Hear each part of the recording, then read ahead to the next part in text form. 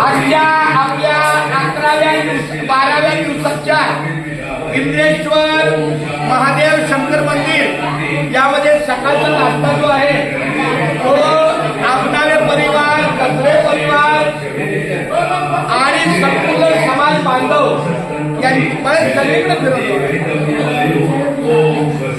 या सगळ्याचा नाश्ता दिलेला आहे, वडापाव आलेला आहे, एक हा बरोबर काय असतो नाही आपल्या दिल्लीच्या वतीनं श्रीफळ